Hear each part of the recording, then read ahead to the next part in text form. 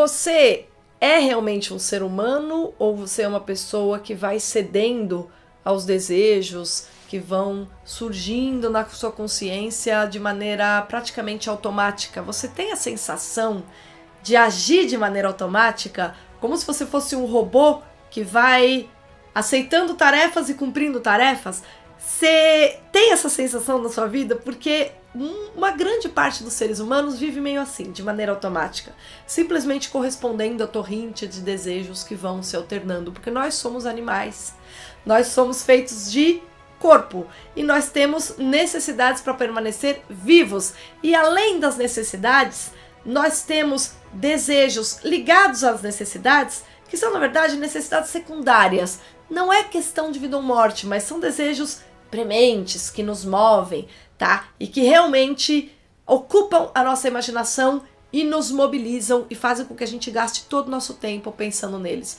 Então, da mesma maneira que a gente está sempre preocupado em pôr comida em casa, porque comer é uma necessidade básica e a gente precisa trabalhar, a gente também, muitas vezes, tem a necessidade, né, de realizar o desejo do amor, que está ligado à sexualidade humana, mas, evidentemente, que se conecta com o campo das emoções, e essa coisa de estar apaixonado ou sentir que tem alguém para amar é um negócio tão forte que mobiliza a nossa ação, e a gente no automático, por exemplo, acha que a gente tem que estar sempre procurando alguém.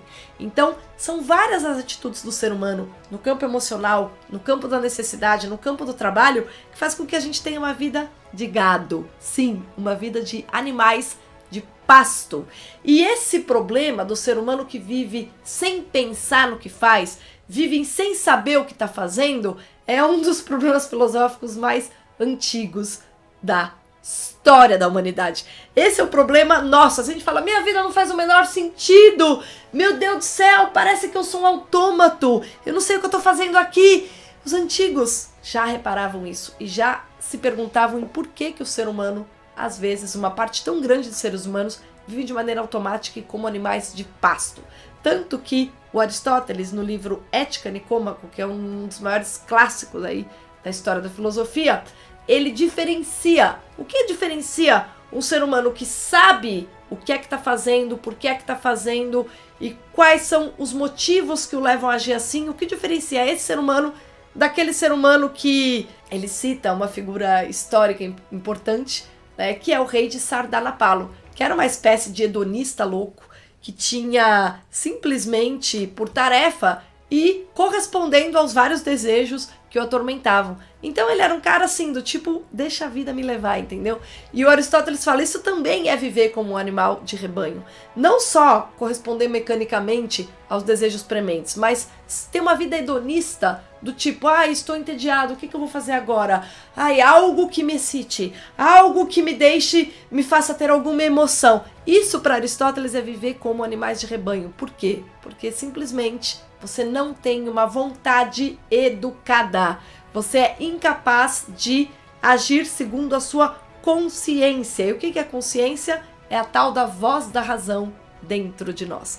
E a investigação da natureza dessa voz da razão, entender o que é a alma, quais são os componentes da alma, por que existe essa briga constante entre o desejo, a força de vontade e a voz da razão, foi um dos temas que mais ocupou Platão e Aristóteles. Platão, no diálogo Filebo, analisa se são os prazeres ou se é a racionalidade e a inteligência que nos colocam no caminho do bem e da felicidade.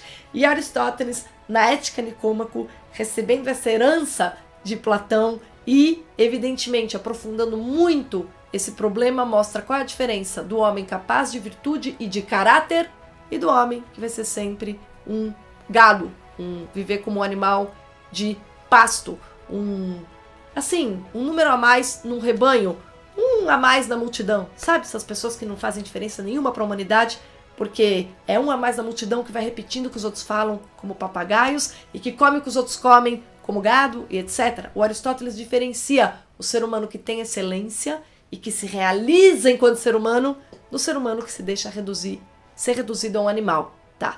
E esse é um tema fundamental da história da filosofia e que até hoje nos atormenta, razão pela qual o filósofo contemporâneo chamado Alasdair MacIntyre recuperou a ideia de Ética da Virtude, falando, pelo amor de Deus, não podemos perder a conexão com a Ética da Virtude de Aristóteles, porque é o único caminho que nos permite ser seres humanos plenamente realizados, entendeu? Então, veja, de Aristóteles até esse filósofo contemporâneo, que é o Alasdair MacIntyre, toda a discussão sobre a natureza humana, quem nós somos, qual que diferencia o ser humano que tem caráter e o ser humano que não tem caráter, gira em torno da capacidade de educar a vontade para buscar a virtude, tá?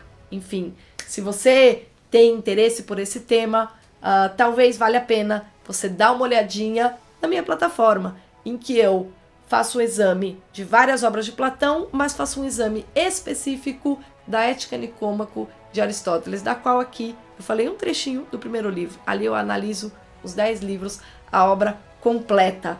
Clica no botão e conheça a minha plataforma.